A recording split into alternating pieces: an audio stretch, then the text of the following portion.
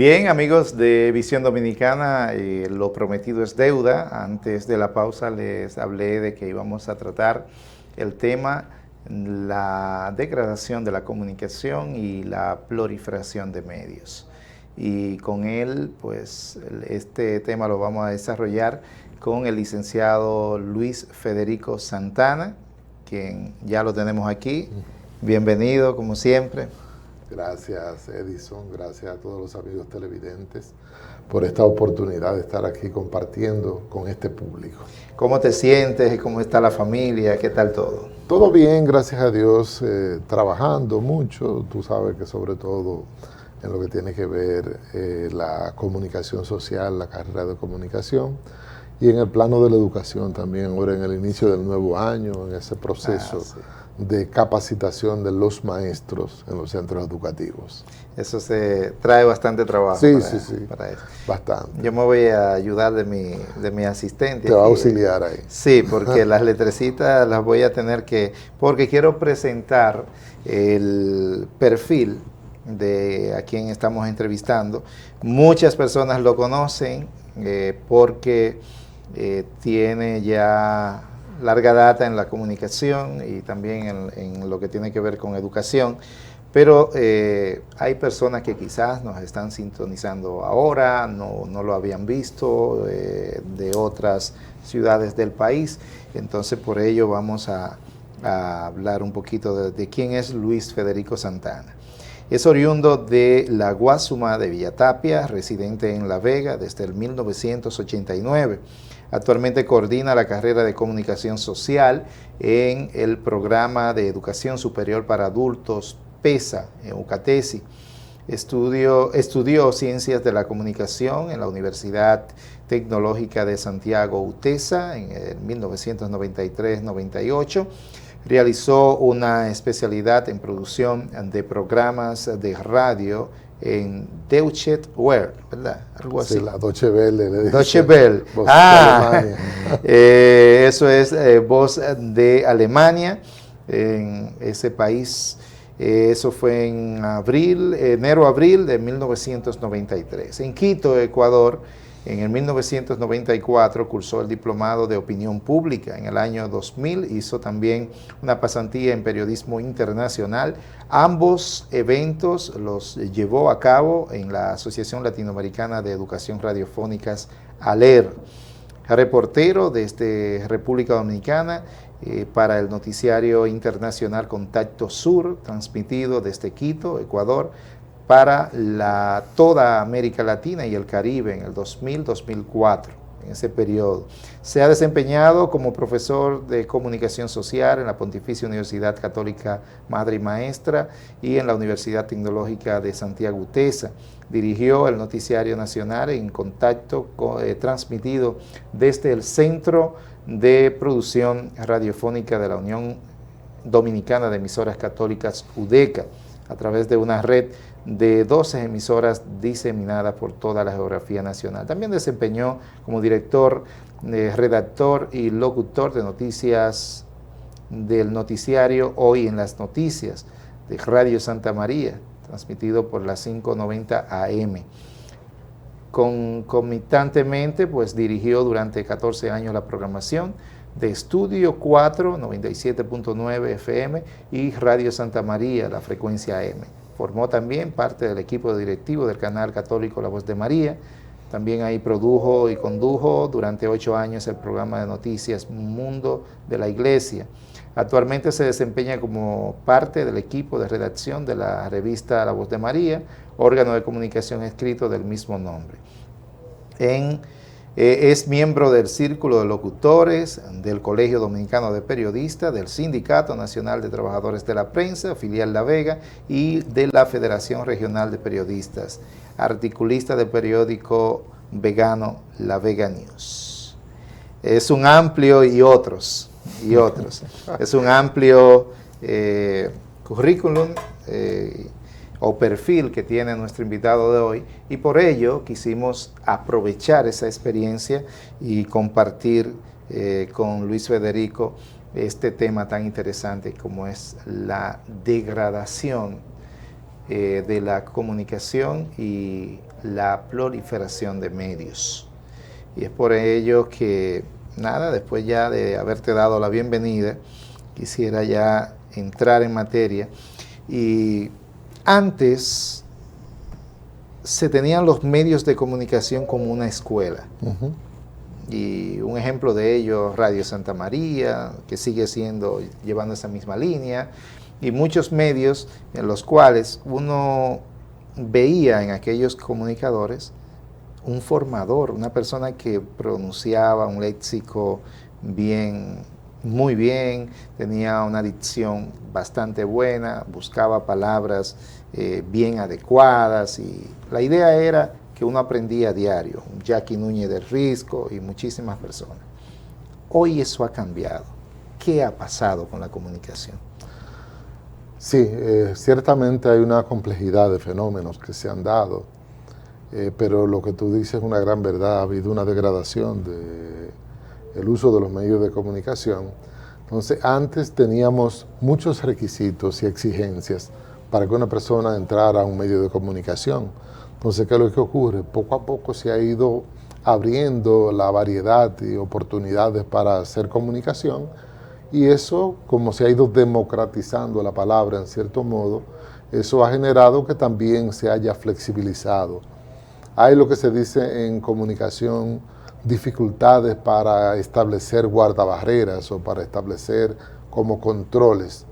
Entonces cada quien se ha sentido libre. La incursión de las redes sociales, que tiene mucho de positivo, también tiene mucho de que le da la participación a todo el que quiera incursionar de una manera, con una iniciativa así personal, privada, y establecer un medio. Por eso proliferan los medios.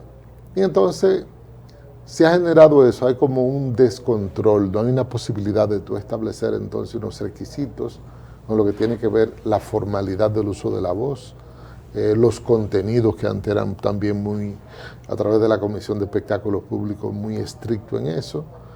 Y hay esa dificultad. Entonces todos estamos comunicando, personas que están preparadas y personas que no están preparadas. Entonces se ha generado ese populismo en los medios de comunicación. Y un amarillismo también. Y un amarillismo también. Sí, cuando hablamos de la degradación, uno tiene que ver la parte de lo que se dice. A nivel de contenido hemos caído en el amarillismo. Hemos caído también en esta idea de que las buenas noticias son las malas noticias porque son las que venden. Las que dan view. Exactamente. Entonces a la persona lo que le interesa es ser conocido, ser, como quien dice, visto, y no hay para nada, no se toma en cuenta para nada el impacto que los mensajes dejan, las noticias falsas. Pero más que las noticias falsas, porque cuando tú hablas una mentira es una mentira, pero lo que se llaman las falacias. Las falacias son mentiras disfrazadas de verdad, y por eso son más engañosas. Y entonces hay muchas personas que si te combina un 10% de verdad con un 90% de mentira, pues la persona se traga como verdad completa lo que se le dijo. Y todo eso en cuanto a lo que es el contenido, pero también en cuanto a la forma. Hoy se habla duro, hoy se da en la mesa, hoy se utilizan palabras estridentes, términos que llamen la atención, porque lo que se quiere decir, incluso alegándose, porque esta es la verdad. Y el problema de la verdad no es exactamente que sea la verdad, sino cómo tú utilizas la verdad. Porque hay quienes usan la verdad como una especie de bate para utilizarlo, para golpear a otros. Entonces la comunicación tiene que ser para edificar, la comunicación tiene que ser para levantar a personas que están caídas, la comunicación tiene que construir esperanza también. Tú ves que hay muchas personas que están en los medios que lo que hacen es que le cierran el futuro. Y la gente al final que te escucha, que te ve, dice, wow, este país no sirve, aquí hay que salir corriendo de aquí, porque ¿y qué esperanza tenemos? Entonces, cuando tú haces una compilación de noticias que son todas negativas, al final, ¿cuál es el efecto que tú dejas en la persona? Pero hay muchas cosas buenas que ocurren, cosas positivas, pero no se entienden como noticia. Hay que revisar el concepto de noticia también. Eso iba a decirte.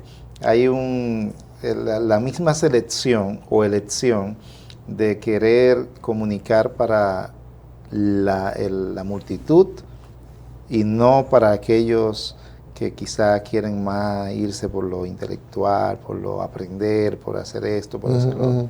¿Se ha dado eso? Mira, de hecho, el deber ser, te voy a decir. Lo que se comunica tiene que ser una representación de lo que pasa en la sociedad. ¿Entiendes? Lo bueno, lo malo, lo que pasa en los diferentes estratos sociales, porque los hechos son tridimensionales. Hay hechos que ocurren, por ejemplo, arriba, en las direcciones, ya sea de la iglesia, de los partidos, del gobierno, y abajo, en las bases. Pero hay hechos que ocurren, qué sé yo, en el barrio o en el campo, y hay otros que ocurren en el centro de la ciudad. Tiene esa dimensión también geográfica.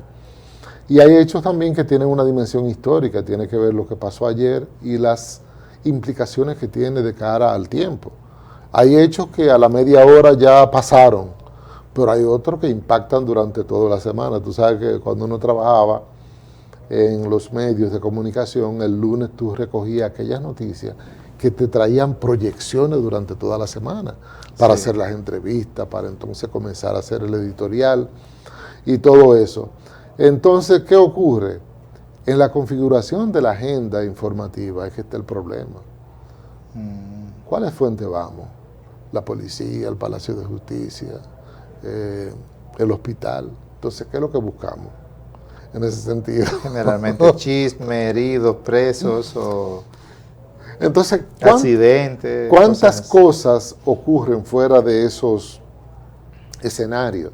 Entonces uno tiene que ser como comunicador un poco más plural, tiene que ser más diversificado y tiene que ser, tratar de representar la realidad.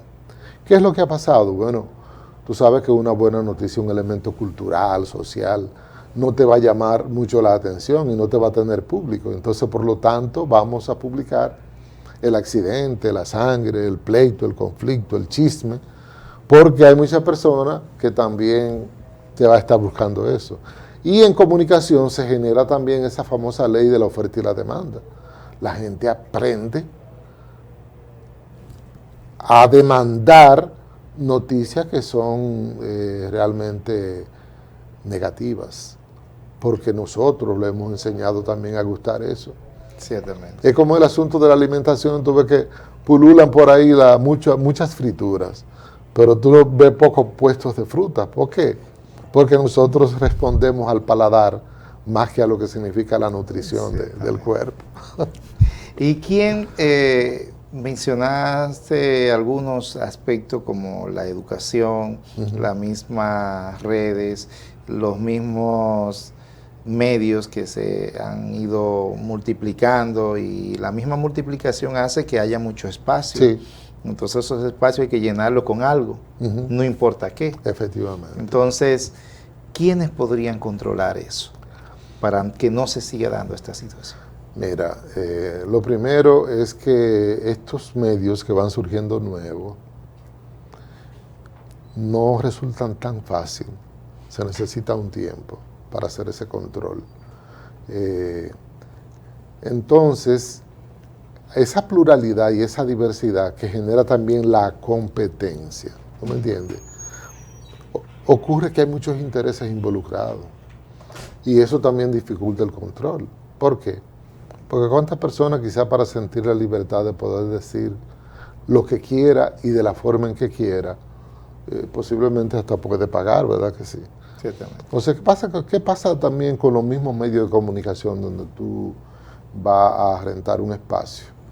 Lo que más interesa es que tú seas garante de la factura. No te preguntan, no importa cómo hablas. No te van a preguntar quiénes son los que van a conducir, cuál es la propuesta que se trae, es informativa, de entrevista, de todo esto. No, sencillamente vamos a garantizar la factura. Entonces, en cierto modo, hay una complicidad de la sociedad completa, porque no vamos a echarle la culpa tampoco a los medios, ni a los comunicadores, a la sociedad completa, porque yo soy consumidor también de esas noticias. Entonces, primero tenemos obsoleto ya un reglamento, el 824, ¿verdad que sí? De espectáculo público y todo eso. Eso no funciona ya. Es más, muchos de los que estamos haciendo comunicación ni sabemos que eso existe, porque es inoperante. Entonces tiene que haber, creo yo, una nueva legislación con relación a la comunicación en sentido general que permita regular a nivel de lo que son los medios tecnológicos. Se han tomado algunas iniciativas, pero tiene que haber una especie de reglamentación general que involucre toda la pluralidad y la variedad de medios que se han insertado, porque no tenemos esos instrumentos. Pero además nosotros no tenemos los instrumentos, pero estamos acostumbrados que aunque existan las normas y las leyes, nosotros actuamos por encima de eso, porque hay una complicidad. Antes había mejor, en un pasado había un mejor control. Sí, sí. Porque, ¿qué era? ¿Fuerza de voluntad, deseo de hacer las cosas bien? ¿Y ahora se ha dejado qué? Bueno, estaba más actualizado lo que es el reglamento, por ejemplo, de espectáculos públicos, y habían personas, la gente siempre menciona a Zaida de Lobatón, que es un ícono en cuanto a todo eso, y que si tú, una persona que tú ofendías, que tú descalificabas, que tú hacías daño a nivel de comunicación, pues se te sancionaba y se te, qué sé yo, por un tiempo se sacaba del aire. A nivel de las canciones, tú sabes que no todas las canciones podían sonar. Ahora suenan con malas palabras, claro, mencionando posiciones. No, todo. Y entonces, oye una cosa, es el problema más grande de cómo la persona disfruta eso, y mientras más obsceno y más vulgar es una persona, más impacta y más llama la atención. Ahora, ¿qué pasa? Y eso es lo que yo digo cuando se contempla el hecho del impacto que produce en las mentes de la persona. Estamos hablando de que en programación neurolingüística se dice, la cantidad de mensajes que tú escuchas, tú tienes un proceso como de reciclamiento interno, y al final tú comienzas a pensar en función de lo que tú... Yo no sé si tú te acuerdas de una ocasión que yo escribí una crónica simple de las simples cosas, que hablaba de cómo la mente funciona como una licuadora. Si tú le echas zapote, no esperes que el sabor va a salir a lechosa. Y entonces así mismo ocurre. ¿De qué se alimentan, por ejemplo, nuestros muchachos, nuestros jóvenes? ¿Cuáles son las informaciones? ¿Cuáles son los contenidos que reciclan? ¿Y cuál es el lenguaje? Entonces tú ves que muchos muchachos utilizan un lenguaje a veces hasta vulgar, pero con eso es que llaman la atención. Antes no. Antes una canción, para que un artista pudiera cantarla, tenía que ser una canción escrita por una persona que sabía de eso. Habían arreglistas, orquestación e interpretación. Esta composición, imagínate Manuel Alejandro, yo la escribí para que le cante José José, no para que la cante cualquier artista, pero ahora no, ahora los que salen ahí, ellos hacen todo. No, de una mala palabra sale una canción. Exactamente, así entonces, es. Hay algo que no me gustaría que se me vaya el tiempo sin que lo toquemos. Vi que perteneces a varios gremios. Los gremios, ¿qué papel le tocaría jugar en este sentido de ayudar a que mejore? Mira, los gremios muchas veces están un poco distraídos y no están cumpliendo la función. Pero ocurre también otro debate, que es que hay muchos gremios, incluso gremios que se improvisan. Hay una proliferación ahí también. Una proliferación, claro. Y entonces responden como a intereses. Lo primero es que no se unifican con relación a lo que se quiere, a la mejora de la comunicación. Sí. Y lo que buscan es proteger incluso, como ocurre en los sindicatos, tanto en la de abogados, de profesores, que a veces incluso defienden hasta lo incorrecto, porque entienden que lo que hay que defender es la clase. no debe ser defender la clase, sino defender lo correcto cuando lo hace la gente de tu clase. Entonces, yo creo que los gremios, y en el caso de La Vega, por ejemplo, últimamente, yo saludo el hecho de que hay un interés de capacitación. Por ejemplo, el Colegio Dominicano de Periodistas, la seccional de La Vega, ha estado trabajando en un proceso de capacitación. Y así también hay otros gremios que han implementado cursos.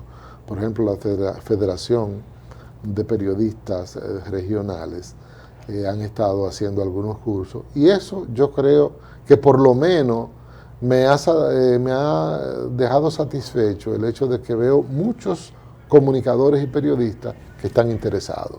Yo creo que eso puede ser un buen inicio. La idea es darle continuidad, a ver en qué medida los gremios aportan a la cualificación de la comunicación y no sencillamente a defender lo que hacemos, ya sea correcto o incorrecto. En 5 o 6 palabras, un mensaje final ya a aquellos que ejercemos la comunicación. Señores, hay que tener como propósito comunicar bien. Y para comunicar bien tú tienes que hacer bien la misma comunicación. Y tiene que haber el interés de la mejora constante y permanente. Lo que ocurre en comunicación es que a veces un comunicador dice, bueno, tengo 30 años ejerciendo, pero 30 años haciendo lo mismo. ¿Cuáles innovaciones tú has tenido? Entonces hay que ser creativo, hay que innovar y entrar en competencia en buena lid, no sencillamente hablando mentira, dando duro en la mesa o utilizando estridencia y noticias que sean amarillistas, sino haciendo un verdadero periodismo. Bien, pues el tiempo se nos fue, pero gracias a Luis Federico Santana, licenciado en comunicación, también del área de la educación y en formación integral humana y religiosa. Sí. Él es técnico del Distrito Educativo 0604 en esa área, aquí en el municipio de La Vega. Para nosotros fue todo un honor el tener a Luis Federico Santana compartiendo este tema que es de mucho interés para la sociedad, principalmente para la provincia de La Vega y toda la región del Cibao. Nosotros llegamos hasta aquí en esta edición de Visión Dominicana. Un placer. Gracias a ustedes por dejarnos penetrar en sus hogares y nos vemos en una próxima edición.